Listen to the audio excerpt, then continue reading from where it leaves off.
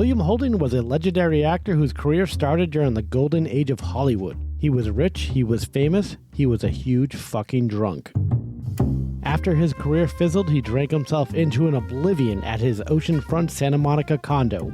One night, after a few bottles of vodka, he slipped, fell, and died at the age of 63. This week on Death and Entertainment. Live from Los Angeles. 911, what is your emergency? Here in Hollywood now. 2 counts of murder, Injury and death. Oh my God! Shocking new details That has stunned the entertainment world. This makes me a little nervous. The hair stood up on my arms. Just like in the movies. What do you call this thing anyway? Death In entertainment. Hello, Deados. Oh my God. Welcome back to another edition of Death and Entertainment. We came back. We did. After we survived after the live one. Against all odds. Yeah, people coming in now. We have already aired 2 Death and Entertainment Tonight lives on our YouTube channel. So if you haven't seen that yet, go subscribe to us and check it out. Pete, there's a lot of buzz around about this. There's a lot of buzz. People are talking about it. We are doing it the Bill O'Reilly way. Fuck it, we'll do it live. Live. Didn't he talk about that recently? He did, yeah. Yeah. And he blamed everyone but himself. Of course. Yeah. It's a classy guy. He was talking about it on X with Tucker Carlson. That's right. Yeah. And we are talking about different things. My name's Kyle Ploof. My name is Mark Mulcairn. And I'm Alejandro Dowling. And as you heard in the intro, we are talking about the Mr. Tipsy William Holden here. Yes, the very drunk, very talented, and very mysterious William Holden. Wow. William, hold my beer. Wow. Yeah, William, hold on to this, railing and don't fall down. So yeah, let's get into it. Yeah, let's go to November 12th, 1981.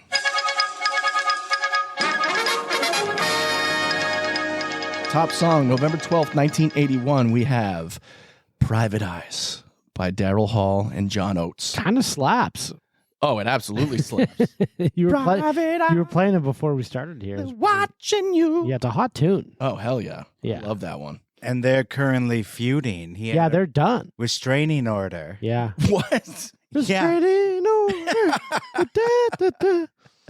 Yeah, they're not friends anymore. They're like we're moving in different directions. Well, aren't they both like 90? Yeah, but like it's like that couple that gets divorced at like 80. I'm like, okay, you had a couple more years to wait Yeah. until you just died next to each other. Right.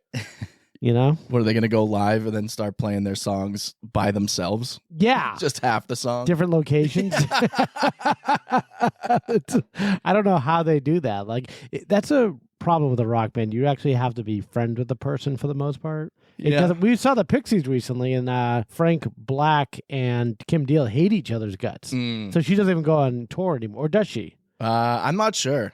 I think she might be one of those people like, fuck it, I need the money. I hate this guy, but I need the money. Yeah. Or you need to go the opposite way and not be friends at all and only see each other when you're doing session recordings and live tour dates. Oh, that's weird. Red Hot Chili Peppers, they are not friends. Really? None of them are friends. They don't see each other unless they're on the road together or in the studio together. No shit. That's it. I saw Flea hiking one day with his dog. With his dick out? Yeah, with his dick out.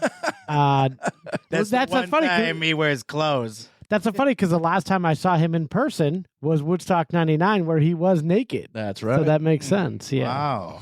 Yeah. What a gap there. Yeah. What an Old Navy. That's That is sad about Hall & Oates, though. You'll never get to see them perform together. Nope. No. But you know what they say, time wounds all heals. Yeah. Yeah. He said it, man. Yeah. All right. What's the movie situation here, Alejandro? Well, the top movie is actually one of my favorites. Yes. Bum, bum, I bum. saw that when I was putting it down here. Halloween 2. Ooh. Yeah. The nightmare isn't over. Not a lot of people that are diehard Halloween heads like the original more than any of them. Well, yeah, you can't say that it's better than the original. Oh, okay. I thought Halloween 3 is the best. Ugh. All right. When It's fine, but they're all getting taken over and controlled by the TV. I like the Busta Rhymes one myself. Yeah. Halloween Resurrection. Yeah. Yeah, Halloween 3 was directed by Tommy Lee Wallace, who also directed Fright Night 2. which was produced by Jose Menendez. Yes. And he wasn't very happy about that situation. You killed my fucking movie. Yeah, oh yeah, that's right. I'd love to have a movie series just to run in the ground like that for the rest of my life. That would be so amazing. That's what Mustafa Akkad was doing with all the Halloweens. Yeah. Oh really? He produced bought the it? first one. He was the money guy. Yeah. And after that, that's all he did. And he had a clause where you couldn't kill Michael Myers. Great. Isn't that Irwin Winkler did that with Rocky, and that's why Stallone hates this guy, because he bought his movie when he did it because Stallone didn't have a lot of money, but the guy, it's his franchise now. He can do whatever the fuck he wants with it. Yeah. But for the most part, I think Stallone did pretty good with it. Oh, of course. Despite. Yeah. He in Expendables, and he's doing all right. No one's crying for Stallone. But yeah, Halloween 2, I actually view it as a standalone. It's a continuation of the first one. Okay. But I think of it more as a fever dream. It is an influential sequel on its own terms and a very effective, fun horror movie. Wow. This is not...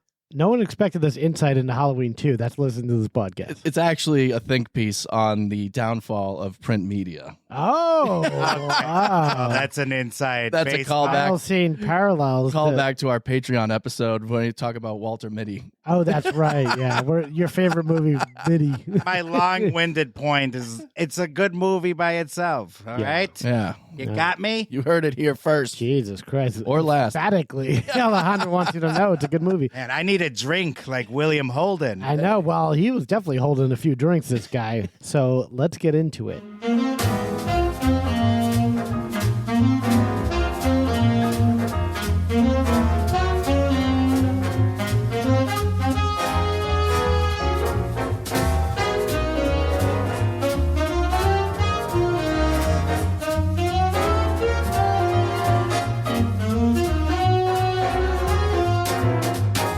William Holden was born, actually, William Franklin Beadle Jr. Beetle Beadle. Beetle Jr. Beadle Jr. Hey, it's showtime. Yeah, it's Beadle Jr. time. That's how he started out with his face painted white. So he could have been William Beetle. Oh. Yeah, I guess that's not a name that Hollywood was buying. I'm Billy Beatles. Yeah. It almost sounds like that's the name you would change it to. Really? Yeah, it's a strong name, Beetle. If you're like a Volkswagen salesman in the 60s. You don't think it's a strong name? Have you ever heard of a little group called the Beatles? Oh, that's a good point. Yeah. Well, if you were like, it seems like a Goodfellas type fucking gang name. I'm like, oh, that's Billy Beatles. Yeah, they had Billy the Beetle. Why'd they call him that? He always had Beatles. He was coveting them. He was coveting Beatles the whole time. I don't know why. He was born April 17, 1918 in O'Fallon, Illinois. I don't want to make it about me again, but that's the day before my birthday. There we go. 17. Oh, We got more birthdays. Yeah. Well, mine will be coming up later. So. Yeah. Well, actually, mine's November 1st, and this one's November 12th. There so. we go. So connections, we're all doing the Kyle thing where we just connect our birthday to everything, no matter what time of year. Yeah. He was the son of Blanche Beadle, a school teacher, and her husband, William Beadle, Sr., an industrial chemist. Yeah. So his dad was probably making like Agent Orange or something, killing Vietnamese people or something. He had to do something to get away from Blanche Beadle. Yeah. Doesn't sound like the greatest. I'm Blanche Beadle, damn it. Oh, God. Here comes Blanche again. I'm your wife. Don't you love me? What the fuck? What did I tell you about wearing your shoes inside? Yeah. She's Southern now. She's like Blanche the Rose. Oh, my Lord. I do feel faint. I'm Blanche Beadle, my boy. I do declare. I do declare. Go fix me up a mint julep, would you, huh? So the family moves. They don't spend much time in O'Fallon, Illinois. They move to Pasadena when William is 3 years old. Pasadena, California. Pasadena, California. Wow. Okay, going to the sunny state. Yeah, they're moving on to sunnier pastures. To the valley. To the valley. Where Halloween 2 was filmed, by the way. Yeah, they're in South Pasadena also. We're even closer. Wow. Look at Kyle with all the Halloween 2 facts. Yeah, well, look at the big brain on Kyle. The big Beatles on Kyle. Yeah. He's trying to impress me. Yeah, he's trying to one-up you. Oh, is that what it is? Okay. Yeah, maybe. After graduating from South Pasadena High School, William attends Pasadena Junior College, where he becomes involved in the local radio plays and starts stage acting also. So he's a JUCO actor. Oh, Okay. That's what Tracy Morgan said. He's like it's a JUCO injury when he's talking about his leg. Yeah. 'Cause he played junior college football. Yeah. He goes, that's a JUCO injury. Yeah, William Holden seems like a guy who would have played football. Yeah, he was really into sports because he was trying to please his very domineering father, who was like, his dad's an industrial chemist, so he's probably thinks he's hot shit, and he's like, you'll never be as good as me. We're Beatles, by damn it, and I'm the top Beatle here. King Beetle. Yeah, I'm King Beatle here. You're a Beatle. Act like it. Yeah. William gets discovered by Paramount talent agent in 1937. He begins acting professionally. They were all discovered back in the day. That doesn't happen anymore. Yeah, well, the studios had reach, especially in this town. And also the economy was such, you could actually hire people to do stuff, you know? Unfortunately, they also had reach arounds. Yeah. Oh, yeah. Okay. Alejandro's going for it. The casting couch in those days. Yeah. Well, I don't. This family, they probably bought their house for $10,000 or something or less. So I think everything was very affordable. It was like the golden age of being American in Los Angeles. I feel like, unless you're a minority or three other things. But yeah, so 1937, big year for William because his first daughter is born from a relationship that he has with Eva Mae Hoffman, who was another actress. They never married. They just had a daughter. So that he's got his first daughter. Scandalous. At the time, definitely. Oh, Blanche was probably staring at her from across the room. You soiled my son. My William Jr. Eva Mae. Yeah. I think you're better than me. I'm Blanche, bitch. Yeah, Blanche, bitch. She went from a Southern debutante to a wrestler. Yeah, WWF. So now with a daughter to help provide for, William starts moving into bigger acting roles. He signs a contract with Paramount, and in those days, if you sign a contract with a movie company, you're gonna work. There were so many movies being made. There's the golden age of movies. Yeah. He gets uncredited roles in Prison Farm and $1 Million Legs. That's a great name for a movie. $1 Million Legs. What the hell? What the fuck? Wasn't that Tina Turner's nickname? Yeah, it could be. Well, didn't J-Lo? No, she got her ass insured for $1 million. Yeah. Not her legs. I think Tina Turner did too for her legs. Oh, really? Yeah, those are the rumors that turned out to be true. Yeah, that ass. In the same year, William Holden got his first starring role in the movie Golden Boy. This is in 1939. He stars in Golden Boy with Barbara Stanwyck. Great actress. And they say that 1939 is the greatest year in cinema. Yeah. So this guy just stumbles luckily into everything. Because you had Gone with the Wind and Wizard of Oz. So yeah, this movie even sounds horrible, but he was great in it. It's about a violinist who turns into a boxer. Yeah. Okay. It was made for Columbia. Just gets killed. Yeah. Yeah, the first round. He breaks the violin over somebody's head. Yeah. Apparently he was so bad in this movie, Golden Boy, that they Paramount wanted to replace him midway through. Wow. But Barbara Stanwyck stood up for him and convinced a Paramount exec to keep him on. And they became lifelong friends for the rest of their lives. I don't know if there was other stuff going on there, if they were having an affair or something, but Yeah. Yeah, I see here on IMDb that he sent her flowers every year on the anniversary of that first day of filming. I think she saved his entire career because I think he was that bad. I think it was probably he was probably hungover and not memorizing his lines. Right. And it's like Leonardo DiCaprio in that movie in Once Upon a Time in Hollywood, where you're just stressing the entire set is staring at you. You can't remember your lines. And it's just she probably just took him aside, calmed him down, and just helped him kind of get through it and saved his life. And it can be like that, especially in those days with the shooting on film when they would watch the dailies. If he wasn't coming across well on screen, that would have been major. Yeah. The picture could be killed because of that. Yeah. They're just let's just dump this because we have 5 other ones being produced right now. Exactly. Yeah. Well, the movie was a hit, and everyone loved his performance, and the rest is history for his life because he's kind of skyrockets to fame and success here.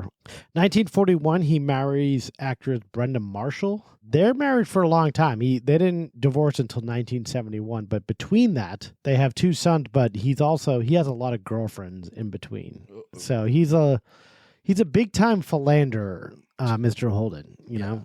Women love him, and he loves to love them. And men want to be him. Slapping his beetle balls around. Yeah, you could take the boy out of Beetle, but you can't take the Beetle out the boy. He's like, you ever fucked a beetle? You ever have a beetle inside you? World War II. Williams serves as a second and then first lieutenant in the United States Army Air Force during World War II.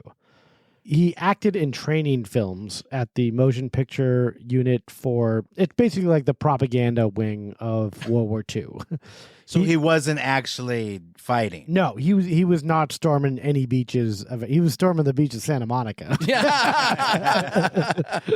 But that is the way you want to do it. Got to help out the cause. Yeah. In a safe way. And he looked on screen. You could see him in this propaganda movie. It was called Reconnaissance Pilot. And so it was like a propaganda movie with him starring in it. So he looks like he's dressed up in the uniform and stuff, but he's kind of stealing valor there a little bit. Because there were actual actors joining the cause, the war effort. There were, yeah, like John Wayne and there was a bunch. Did he really, though? I don't know. That's a good point. I think he was one of those that he wanted people to think he did. But then he's like, Johnny America after that, and he was gonna fight that Native American girl that took Marlon Brando's Oscar. Oh, Sasheen Little. Yeah, he wanted to fight her. He's like, I know. What a big tough guy. I want to fight this fucking little women.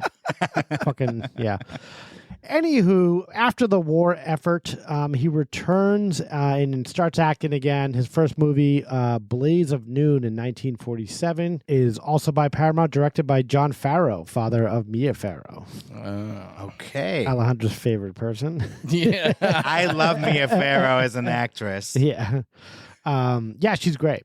So throughout the 40s, he kind of hits a slump at the end of the 1940s. He did a bunch of shitty movies and a few film noirs and westerns, totally unmemorable, until 1951, he gets the movie Sunset Boulevard. Huge movie. Huge. Billy Wilder. Yeah, directed Billy Wilder. It's a classic. It's the movie where that line, "I'm ready for my close-up, Mr. DeMille," comes from. Well, it's a weird movie, too. You think some of these golden age movies that were huge hits were the plot doesn't matter, but it's a very plot-driven movie, and it's very weird. And you mentioned forgotten film noirs he was stuck doing in the late 40s. This is in some ways the ultimate film noir. Sunset Boulevard? Yeah, because it has the same structure. Yeah. Where it opens up with a mysterious scene and he tells the story backwards. Like, here's how I got here. Yeah, smoking a cigarette. Yeah. But I think it's the quintessential film noir next to Double Indemnity. Yeah. With Barbara Stanwyck, his friend. She was in that. We're in film school now. No, but it really is an important movie. Yeah. It's so influential. Yeah, it got him back on his feet and made him like a superstar again. Yeah. He almost lost the role to Montgomery Clift, actually, who was originally cast, but he backed out of his contract, which shows you like he fucked up, clearly. Maybe they were afraid some leading men were afraid to take the role because it's not a very heroic role. No, it's just it's a burnout screenwriter who sucks at his job and kind of like gets roped into this weird old silent movie star's house on Sunset Boulevard. A has-been who's like living in a world in which he's still a huge star. Yep. Which is like a common theme in a lot of those movies. Like, who were the two women that hated each other's guts? Betty Davis and Joan Crawford. Yeah. Like that movie they did where whatever happened to Baby Jane and stuff like that. So that was like a common theme, like sad old women in big homes. Yeah, all about Eve too. Yeah. The young girl that pushes her down the stairs, basically. Yeah. I guess that's because it was really happening. I guess in so. Hollywood. It was a thing that just screenwriters just happened upon these crazy old women that were in these big old homes, I guess.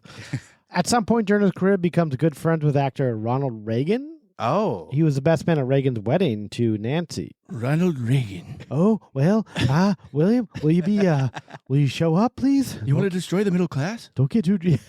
want to hollow out this country and send all the jobs to China? Well, Oh, well. Hey, Billy, you hear about this AIDS? You want to destroy the human spirit? Yeah. I heard Nancy, she was skilled in acting, but she was skilled in other things too, like whoa. going downtown, if you know what I mean. She had a large reach Yeah. in Hollywood. She liked those bananas, if you know what I mean. Aye. Oh, well, yeah. Oh, yeah. Oh, yeah. I wonder if Ronald Reagan ever had trouble remembering his lines. Probably, especially in the later years. Not as bad as I'm Biden. talking about when he was president. Oh, yeah. Yeah. So yeah, fast forward through his story career. Like he did a lot of stuff. He did Network, Guns of the Navarone. Network with Peter Finch. Another big drinker. Yeah, Finchy. Sabrina. I like that movie. I also like the remake with Harrison Ford. The original is best, though. Yeah, but Bridge on River Kwai, he made like bank, I guess. He made like a shitload of money. And he was able to like, he bought like a house in Switzerland. He bought like a safari in Africa and stuff. He bought a radio station in Hong Kong. I don't know where he found these investments, but he invested in weird shit all over the world. Interesting. Yeah, Bridge on the River Kwai, he made a fucking fuck ton of money. Why did he make so much money? I don't know. I think he had like a big portion of the back end or something. Oh, okay. He probably got some guy drunk and probably signed over a lot of money. So percentage of the it's movie. Like a Nicholson deal. Yeah, Jack Nicholson. How he got $75 million for Batman. Oh, is that true? Yeah, because he had a back end deal. Yeah, you can do that if you sign the right deal. Like I heard Josh Brolin was broke when he did American Gangster. He was like dead broke. And then his accountant called him up one day, or his lawyer said, "Hey, just so you know, you got a big check coming from Sony or one of those companies." He's like, "Oh yeah," and he's like, and he saw it was 6000, but he thought it was 60,000. It was 600,000. Yeah, he's like, oh, after everything, I'll get like 20 grand. It'll change my life. I'll be good for a while. Yeah. And it was, he got over 200,000. So we like think like these people are like rolling in it, but this generation was rolling in it. Yeah. Like this, like William Holden's generation of movie makers. And the fact that Reagan couldn't even cut it in this golden age time when like if you like, woke up in the morning, the studio threw $10,000 at you. So yeah, his career goes through a lot of peaks and valleys throughout the years. Won an Oscar for Stalag 17. Yeah, Stalag 17 was his only Oscar. He was nominated 3 times. He won for Stalag, which is him reteaming with Billy Wilder. So Billy Wilder is like the guy who saved his life, basically, and made his career what it is. Him and Barbara Stanwyck. And Barbara Stanwyck also, yeah. And he was nominated with Peter Finch in the same category. In for Network? Network. Yeah. Top drunk. But a dead Peter Finch beat him. That's gotta hurt. Maybe that's why the later years were kind of rougher. Yeah. But the problem with is like him, he drank so much. And by like the 60s, he was looking too old already for like those roles. So like Steve McQueen and what's his name? Paul Newman were like getting the roles that he used to because he drank so much. Like some movie critics said his face had so many lines all over it, it looked like a map of the United States. Oh my God. That's nice of them. And this is standard definition. Yeah. Well, film was high definition. By the late 70s, early 80s, his movie career is basically over.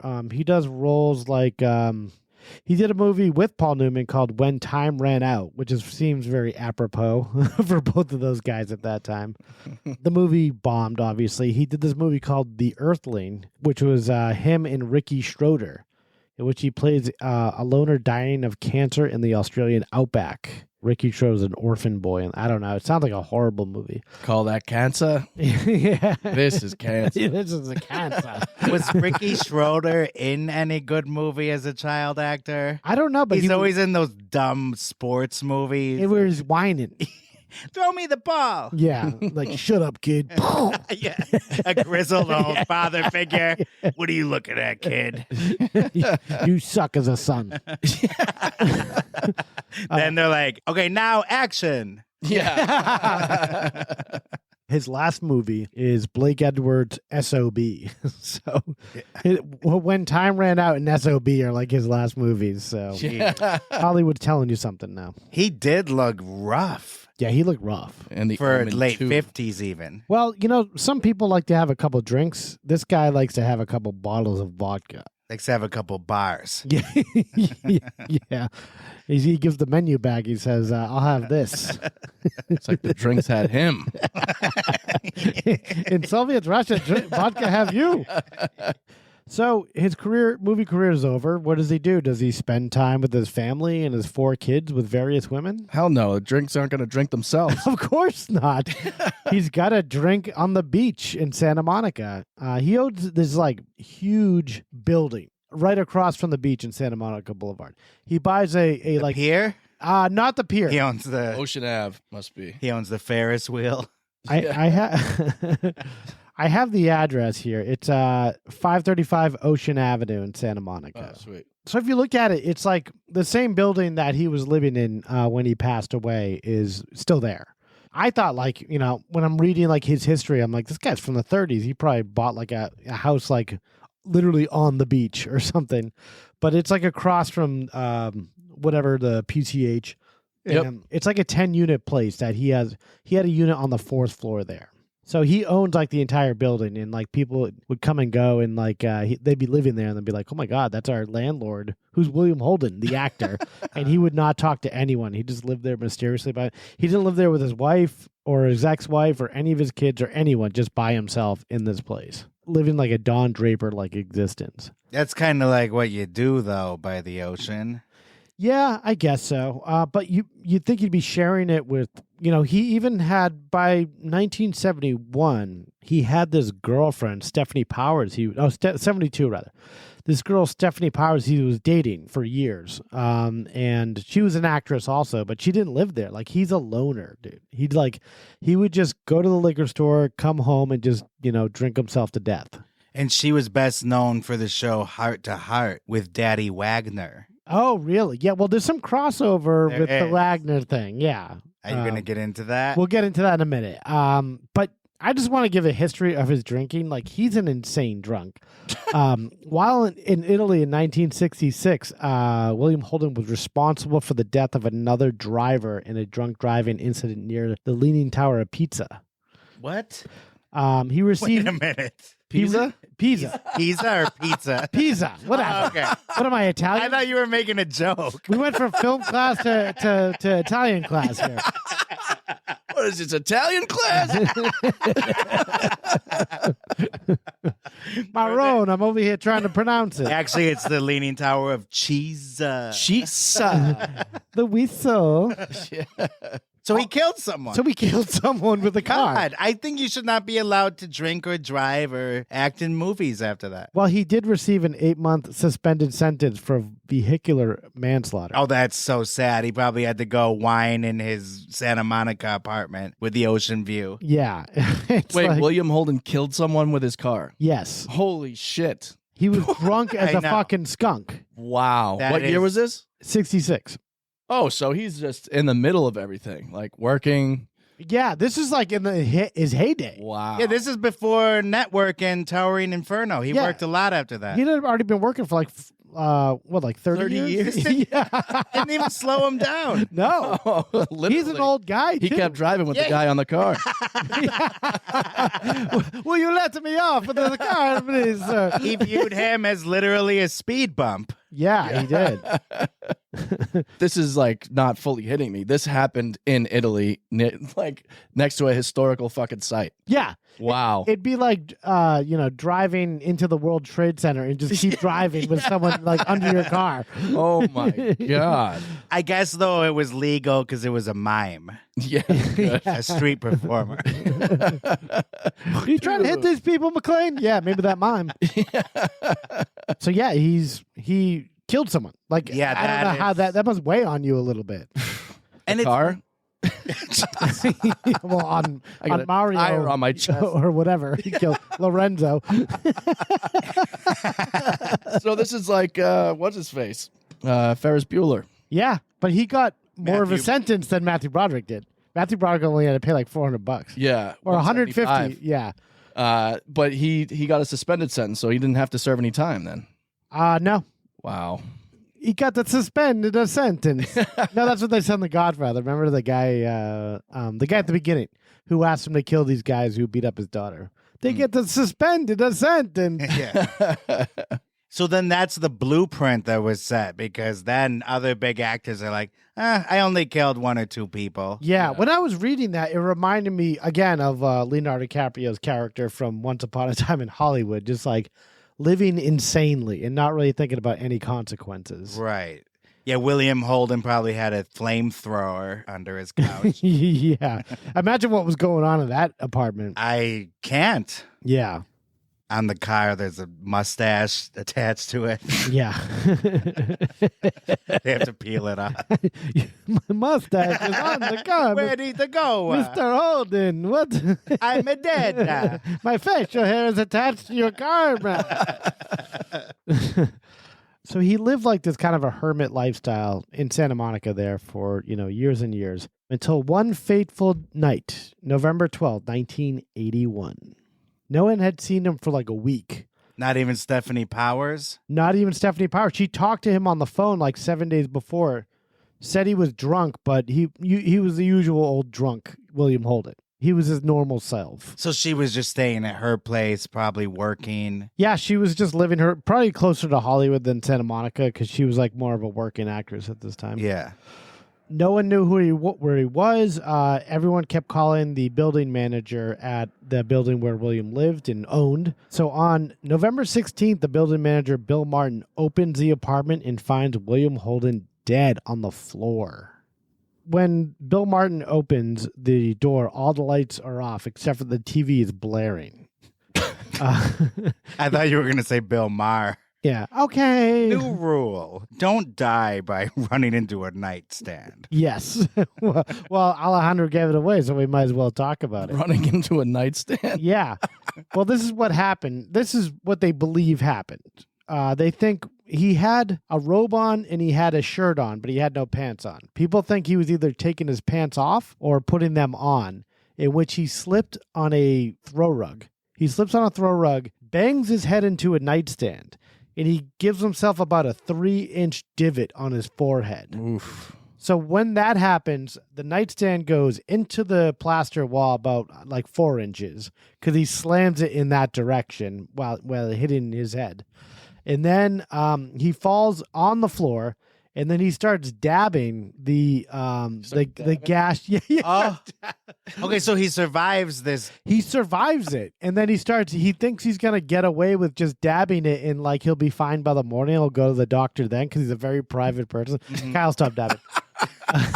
So he's just doing this, dabbing it with like cotton and like swabs and stuff. Like it's a stain on the carpet. Yes. Wow. Like he's going to get rid of it by doing that. Yeah, it'll magically heal. Which reminded me of one time when I was in Fort Lauderdale for spring break. I saw some kid from Kentucky literally dive into a 3-foot pool, break his entire nose. Cartilage was like sticking out here and blood was gashed. And he uses cocktail napkins for his drink to stop the blood. He's like, I'll be fine. He's like, I'll be fine. I'll be fine. I'm like, dude, you're not going to be fine there. You're going to want to get that taken care of somewhere. And his nose is falling off? Yeah, his nose is like falling off. It's like into his vodka tonic. Yeah. I'm going to be fine as they're zipping up the body bag. Yeah, cut to 2 seconds later. Zip. And your buddy at Woodstock 99. Who? Had a head Got wound. the shit kicked out of him. Oh, yeah, that's right. Yeah, the guy I never saw again. I have seen no proof of him living after that. No. Well, say what you will, that fucking throw rug really threw him. Yeah. Did its job. I bet you someone bought that for him who knew what they bought for it, and knew what happened with it. That rug really gave a touch. That sounds like a Curb thing. Yeah, someone bought him this throw rug. And Larry bought it for him. It's an Italian design. That would be karma. Huh? Yeah. Or a plate of spaghetti he didn't see. It's a me coming back to get you. Chokes on a meatball. Yeah, there's some ragu on the floor. Yeah. So they find a large empty bottle of vodka in the trash can.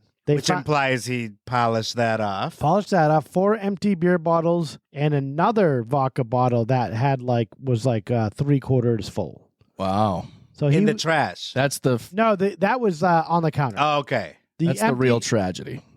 He didn't finish the vodka. Didn't get to drink it. Yeah, they buried him with it. He was probably trying to grab it in his dying moments. Yeah. Just a little closer. But this is like one night's drinking. This is like a Tuesday for this guy. Yeah. Jesus. Yeah, what did he consider a normal drinking night? I wonder how much he consumed. Oh, it's probably night. It's probably day too. Insane. You got to imagine the force of that too, being able to rip his forehead open because he was drinking hard. And just outside in the sun all day. So his skin was pretty much leather. Yeah. The fact that you fucking hit yourself with that much force. He just zips it up like it's a leather bag. Yeah. One day. That's yeah, so he must have been on a bender though. Oof. Like this is like his day in, day out. Like he made so much money that he's got really nothing else to do now, but I think he's just waiting to die or something.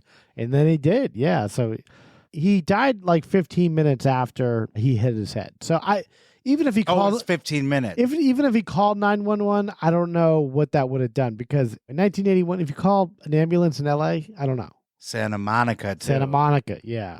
They got a hospital down there. He might have been okay. Who knows? Yeah. It's a very expensive building to live in. Yeah. There's one unit for sale right now. 7th floor. One unit. It's 1,500 square feet. 2 bed, 2 bath. $4 million. Wow. It's got a nice view. But it's like in the middle of all that insanity down there. I don't need a view that bad. Yeah. I don't care. The coroner, Dr. Thomas Noguchi. Oh. Blast from the past. Remember this? Yeah. He was the coroner on this one. He had a lot of work these days. That was his tax season. Yeah.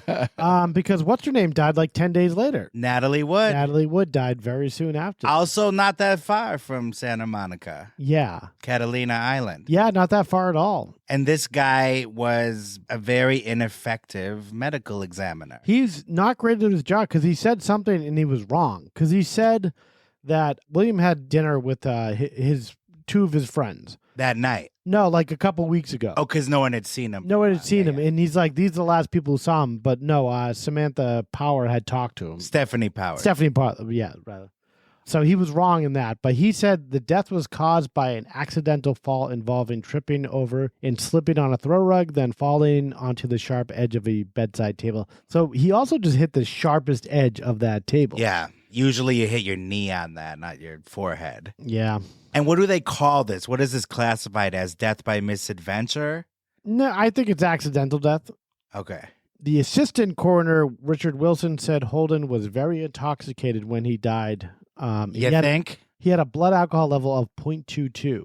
But he said the level means he was heavily intoxicated, but the body was badly decomposed because he had been dead for like 4 days. So that raises your blood alcohol level when your body decomposes. The only saving grace is that it wasn't summer. Imagine walking in on that. Oh, Ugh, yeah. 4 days of just like stank. Because it probably stank already before he died. And then after, forget about it. Forget about it. Fugazi. Yeah, his friends, Glenn Ford and his wife, who he had just seen, they had him over for dinner. I imagine, like, how much is he eating? He's probably drinking the entire time. Right? Yeah. He sits down at the dinner table and just pops open a wine bottle, starts chugging it. Yeah, he puts a knife and fork in his, in his bowl of vodka. This is good. Apparently, per Glenn Ford, he was in good spirits, and they talked about a number of things, including... And he had spirits in him. Yeah, and plenty of spirits. So yeah, this guy, his friend Glenn was writing a book and they were talking about that and they were talking about life and reminiscing about their, their history and in Hollywood and all that stuff. And Italy. Well, that was good old days. Yeah, the good old days. Where we used to get away with running people over. Yeah. We could do anything. The world was ours. We could go to Leaning Tower of Pisa and just run over some guy. Those were the days. I was reading more about it. They said that it was like two cars. Holden was in a Ferrari and the other guy was in a Fiat. Oh, yeah. And the Fiat cut him off, and he said he tried to go around him, but they brushed, and the guy lost control, drove off the road, and he died in the car. Oh, shit. And he had two chicks in the car with him. Holden did. Oh, he did. Yeah. And so he went and ran away, and the girls went and stayed at like another resort somewhere by themselves. Yeah, that must have been crazy. Wait, he ran from the scene? Yeah, they just said like the other girls like kind of took off and did their own thing. He probably went to go sober up somewhere, maybe. Yeah. then turn himself in. God. Crazy. Yeah. After his death, rumors existed that he was suffering from lung cancer, but Holden had denied that at a 1980 press conference. His death certificate makes no mention of cancer. He dictated in his will that the Neptune Society should cremate him. The Neptune Society is like a company out here that I may or may not have temped for. I thought that sounded familiar. Yeah. So what they do is they cremate people, and a lot of times they throw them in the Pacific Ocean off the Santa Monica Pier, but they get those permits for you if you have a loved one who dies. And you want to, just throw them off the Venice Boulevard or something into the ocean. This company does that for you, and it's a very bad company. And I worked there for some time, and it was crazy to me researching this and seeing that in 1981 they were around then too. So they specialize in setting people on fire and throwing them in the ocean. In a roundabout way, yes. Yeah. There's a little more craft to it, I think. President Ronald Reagan, who's now president at this time, his best friend or one of them. New president. A new president, too, brand new. He releases a statement after William dies. He says, "Oh, I have a great deal of grief. We were close friends for many years. What do you say about a longtime friend? A sense of personal loss, a fine man." Sounds like a roast setup. Yeah. What do you say about a longtime friend who kills himself by a night table? He's a hockey puck. You Like say, Don Rickles. pour me another one. Yeah. He always said, "This one's on me." Talking about the night table. I was He's talking on it. about a huge gash. Yeah. He always said, "Glug glug glug glug glug glug." For his contribution to the film industry, Holden received a star on the Hollywood Walk of Fame, located at 1651 Vine Street. Okay, that may or may not be featured on the upcoming Death and Entertainment walking tour. Yeah. Walking tour. His death was noted by singer-songwriter Suzanne Vega, whose 1987 song Tom's Diner was a sequence of events one morning in 1981, including reading the newspaper seeing an actor died while drinking. And she confirmed that was him. So he's in pop culture songs. He ran into the table. He's a drink beater. When Barbara Stanwyck received her honorary Oscar at the 1982 Academy Award ceremony, Holden had died in an accident just a few months prior. At the end of her acceptance speech, she paid him a personal tribute, saying, "I loved him very much, and I miss him. He always wished that I would get an Oscar, and so tonight, my golden boy, you got your wish." Hey. That is very lovely. Yeah. I see here Billy Wilder had a clever quote after he died. What did he say? If someone had said to me, Holden's dead, I would have assumed that he had been gored by a water buffalo in Kenya, that a crazed, jealous woman had shot him. But to be killed by a bottle of vodka and a night table? What a lousy fade out of a great guy. Oh, Jesus. Not so great Not when you think of that poor Italian guy. Yeah. Friars Club. What about me? Not to forget about me. I am a dead too. Now he's like Dracula. I am a dead too. Holden bequeathed $250,000 to girlfriend Stephanie Powers, so she got $250K. That's not that much. Back in that day, that's a lot. Yeah, you could buy all of LA for that. Mm-hmm. I don't know. You could buy that apartment in Santa Monica. Good. $50,000 to former co-star Cappuccini. Not to be confused with cappuccino. Yeah. $50,000 to socialite friend Patricia Stauffer. I wonder if these are just his side chicks or something. Absolutely. Yeah. It has to be. The bulk of his estate was divided between ex-wife Brenda Marshall, their 2 actor sons, his stepdaughter, his sister, and his mother. They were still living.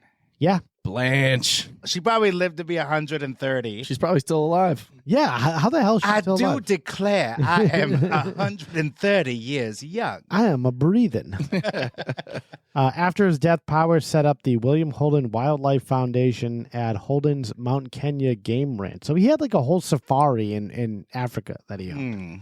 That he bought. I think he bought it with like 2 other like rich people. So he must have done a movie at one point. Yeah, and that's what with inspired those him. animals, yeah, and got into it. Yeah. Whoa. You talking about his business partners like that? Hey. Yeah, I'm talking about Network. Oh, okay. Peter Finch. Yeah, kind of a sad death. I don't know how I feel about this guy. I feel like he got lucky throughout his entire life, so it's really hard to feel bad for him. And he killed an Italian guy. Yeah. I don't feel bad for him at all. Yeah. No. I think that was a very just death. Jesus. No, I mean, it happened. What can I do about it? Yeah. I didn't do it. I'm not the nightstand. Yeah. You know, he got lucky and Barbara Stanwyck saved his life, and that doesn't happen for everyone, you know? And there's a rumor that Holden Caulfield from Catcher in the Rye was named after him. Really? That J.D. Salinger saw his name on the marquee. I believe that, actually. But some people say that he would have written it before 1930? William Holden was really famous. So I don't know. It's one of those but legends. it came out in the 40s, though. It's like his heyday. It could be because Yeah. he was the most famous Holden, although it was his last name. Mm-hmm. I believe that. And a lot of his movies, especially after World War II, were about like, and a lot of like J.D. Salinger's writing is about World War II and about after that. So, Yeah. but yeah, that's the life and death of Mr. William Holden. Wow. What a life. That's life. That's what all the people say. Yeah. He seems like the kind of guy that would fight people in public, too. I'm surprised there wasn't more of that. Yeah, like that dudes would just do that. Like Lee Marvin, I heard he would just like he would jump on his friends' roofs of his cars, and like he was like 50 doing this. Like dudes were like, that generation just did not give up. Well, we talked about Finchy and all, like that generation of actors. They were Peter O'Toole. William Harris, like they were fucking nuts. And the dude from Eraserhead. Yeah, I was just going to say that. You just Yeah. reminded me when you said fighting people in public. Yeah. That's just what Jack Nance used to do. Yeah. And he went to a donut shop, Winchell's in Pasadena. That's right. We're back to Pasadena. And he hit his head in a mysterious fight. Yep. And then decided to go to bed and woke up dead. The thing about him, though, compared to like William Holden or, you know, some of these other like bigger actors, they're literally bigger in size. So they could actually handle themselves in fights once they get like blackout drunk. Yeah. But a guy like that is like a little dude. Like he was not like, you know, good in a fight. You'd think he could handle a fight with a nightstand, though. Yeah, and he could not. Nature always wins. He brought a head to a nightstand for me. He brought a throw rug to a nightstand fight. Whoops. Never bring a rug to a furniture fight. That first step is a doozy, Mr. Holden. Final thoughts. He was ready for his close-up. Yeah. With the edge of the nightstand. Oof, Mr. DeMille. He got it. Yeah, you got a little too close to that nightstand. 3 inches. Hey. Hey. Some would say that's big, okay? I'm just talking about his dick size here, okay? Some would say that's perfectly fine. Yeah. But that's it. William Holden. All Rest right. in Well, peace. yeah, of course, right? Yeah. You know, he killed the Italian guy, but I guess But I guess who didn't back in the day? he Yeah. deserves some redemption. And Yeah, if you don't have a blackout death or killing, Yeah. like you were a loser. Yeah, loser. Like Keith Moon killing his friend, like drunk. Like if you didn't lead to like someone getting badly maimed or Right. killed, Yeah. you were a loser, and no one could trust you if you haven't killed someone while drunk. even Laura Bush killed somebody. Yeah, she ran over a guy. Did she really? Yeah. Yeah, Wow. she was a weed dealer. What? Yeah, Shut the fuck up. she gave really good head too. Oh, okay. Boy, I didn't think we were getting into this territory. That's what you get for elongating this. Look, we just start getting nastier and nastier. Who taught her? Nancy Reagan? Yes. Formerly Nancy Davis when William Holden met her. Well, Oh, well, did you fuck my wife? do you That's what want to? inspired Raging Bull. Yeah. Fuck my wife? Cuck Reagan. Can I watch from a double-sided mirror? Ooh, can you give it to her? Yeah. I want to see. Can you destroy her like I'm destroying middle class? Yeah. Can you clean her out like I've cleaned out the Federal Reserve? the dust belt, The gold rust standard? belt. Yeah. I would like to ravage your inside like AIDS. Oh my Like God. Fort Knox. The Like, gold is gone. All right, Ronnie, stop. Can this Alzheimer's kick in a little sooner? Yes, I'll fuck your wife. No, I don't want to listen anymore of this. If you'll just shut up. Just shut your mouth. Okay. Oh,